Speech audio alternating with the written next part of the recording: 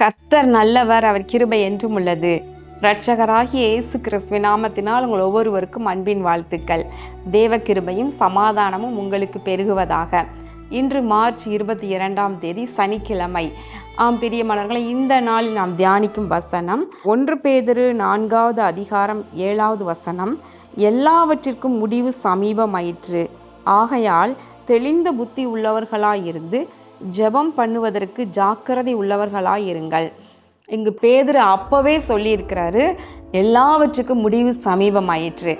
பிரியமானவர்களே, நாம் அதற்கு பின்பு சுமார் 2000 ஆண்டுகள் ஏறக்குறைய ஆகி கொண்டிருக்கின்றது.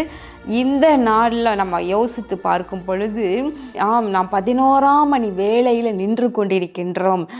கர்த்தருடைய வருகை சமீபமாயிற்று, எல்லாவற்றுக்கும் முடிவு சமீபமாயிற்று. எல்லா கிரியைகளும் ஒளிந்து போக போகின்றது. ஒருவரும் கிரியை செய்யக்கூடாத ராக்காலம் வர இருக்கிறது என்று ஆண்டவராகிய இயேசு சொன்னது போல ஒருவரும் கிரியை செய்யக்கூடாத, எந்த நபரும் கிரியை செய்ய முடியாத படிக்கு ஒரு காலம் வர இருக்கின்றது. அப்போ எல்லா கிரியைகளுக்கும் முடிவு வரப்போகின்றது, முடிவு சமீபமாயிற்று என்று சொல்லப்படுகின்றது. நம்ம இன்னைக்கு பார்க்குறோம், இந்த உலகத்தில் போன வருடத்தை விட இந்த வருடம் என்று சொல்லத்தக்க அளவில் எல்லா காரியங்களும் வெகு வேகமாக வளர்ந்து கொண்டு வருகின்றது.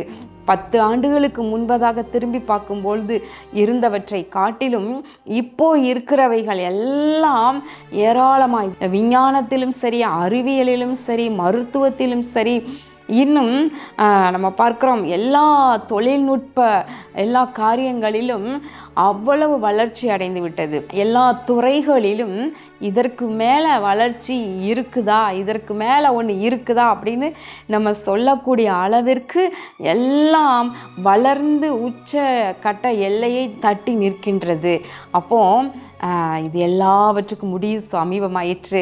ராஜ்யத்தினுடைய இந்த சுவிசேஷம் பூலோகமெங்கும் உள்ள சகல ஜாதிகளுக்கும் சாட்சியாக பிரசங்கிக்கப்படும், அப்பொழுது முடிவு வரும் என்று மத்தேயு எழுதின சுவிசேஷம் 24வது அதிகாரத்தில் ஆண்டவர் சொல்லியிருக்கிறாரு. இப்போ பாருங்க, இப்போ சுவிசேஷம் ஏறத்தாழ பூமியின் எல்லா பகுதிகளுக்கும் சென்று சேர்ந்து விட்டது. அவருடைய வசனம் விதைக்கப்பட்டு கொண்டே இருக்கிறது பல வகைகளில்.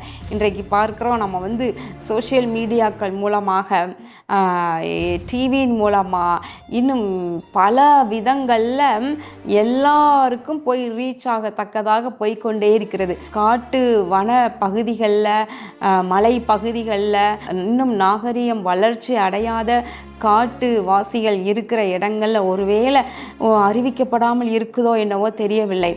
மற்றபடி பூமியில் எல்லா பகுதிகளிலும் சுவிசேஷம் அறிவிக்கப்பட்டு விட்டாயிற்று என்று சொல்லத்தக்க அளவிற்கு அறிவிக்கப்பட்டு விட்டது. அப்போது முடிவு சமீபமாயிற்று. அப்போது இந்த முடிவு சமீபமானால் நம்ம என்ன செய்ய வேண்டும் என்று சொல்லி அதையும் சொல்லுகின்றார்.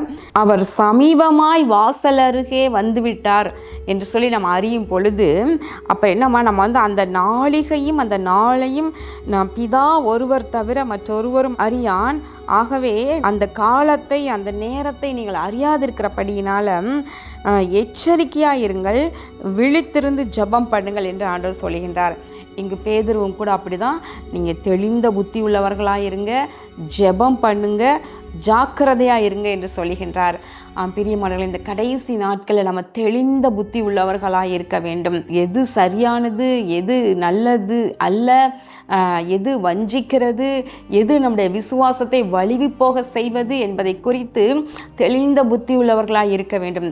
பரிசுத்த ஆவியை நீங்கள் கேட்டு பெற்றுக்கொள்ளும் பொழுது பரிசுத்த ஆவியானவர் இந்த தெளிந்த புத்தியை நமக்கு தருகின்றார். அதனோடு கூட ஜெபம் பண்ணுவதில் ஜாக்கிரதையாக இருங்க. எல்லாத்தையும் அறிந்து கொண்டே இருக்க வேண்டும் என்று சொல்லி நம்ம எல்லாத்தையும் கேட்டுக்கொண்டே இராத படிக்கு, ஆனால் ஜெபம் பண்ணவும் வேண்டும். ஜெபம் பண்ணுவதில் ஜாக்கிரதையாக இருங்க. ஆண்டவர் சமூகத்தில் உங்களுடைய ஜெப நேரம் அதிகமாகட்டும். எல்லாவற்றுக்கும் முடிவு சமீபமாயிற்று. எப்போ ஆண்டவர் வரப்போகிறான்னு தெரியல, அந்த நாள் தெரியாது, அந்த காலம் தெரியாது. ஆனால் ஒன்றே ஒன்று நம்ம செய்யணும், நீங்கள் ஜெபம் பண்ணுங்க. விழித்திருந்து ஜெபம் பண்ணுங்கள். ஆண்டவர் சமூகத்தில் எப்பொழுதுமே ஜெப ஆவி உடையவர்களாக உங்களுடைய ஜெப நேரத்தை நீங்கள் கூட்டிக் கொள்ளுங்கள். ஒரு பக்கம் தெளிந்த புத்தியாக இருங்க, எல்லாவற்றிலும் ஜாக்கிரதையாக இருங்க, ஜெபம் பண்ணுங்கள். ஆம், எல்லாவற்றுக்கும் முடிவு சமீபமாயிற்று. கண்களை மூடி ஜெபம் பண்ணுவோமா? எங்கள் அன்பின் பரலோக பிதாவே, இதோ எல்லாவற்றுக்கும் முடிவு சமீபமாயிற்று. எனவே தெளிந்த புத்தியோடு கூட ஜெபம் பண்ணுவதில் ஜாக்கிரதையாக இருக்க வேண்டும் என்று சொல்லியிருக்கின்ற உடைய வார்த்தையின்படி தேவ பிள்ளைகள் அத்தனை பேரும் ஆண்டவரே பரிசுத்த ஆவியினாலே நிரம்பி அன்று ஜாக்கிரதையோடு கூட ஜெபம் பண்ணுவதிலே விழித்திருக்க கிருபை செய்தருளும். இந்த கடைசி நாட்களிலே பிசாசானவன் தனக்கு கொஞ்ச காலமே இருக்கிறது என்று அறிந்து எவனை விழுங்கலாமோ என்று கர்ஜிக்கிற சிங்கம் போல சுற்றி கொண்டிருக்கிறான் என்று எழுதியிருக்கிறது போல ஆண்டவரே, சத்துரு ஆண்டவரே, பிசாசு ஆண்டவரே, எந்த வகையில் ஆயிலும் ஆண்டவரே ஜனங்களை வஞ்சிக்கவோ ஜனங்களை விசுவாசத்திலிருந்து வழுவி போகவோ செய்யலாம் என்று சொல்லி வகை தேடி சுற்றி கொண்டிருக்கிற அந்த நாட்களில் நீர் உம்முடைய பிள்ளைகளை காத்து கொள்ளுவீராக. ஆண்டவராகிய இயேசு கிறிஸ்துவின் நாமத்தினால் இந்த ஜெபத்தை ஏறெடுக்கின்றேன் நல்ல பிதாவே, ஆமேன்.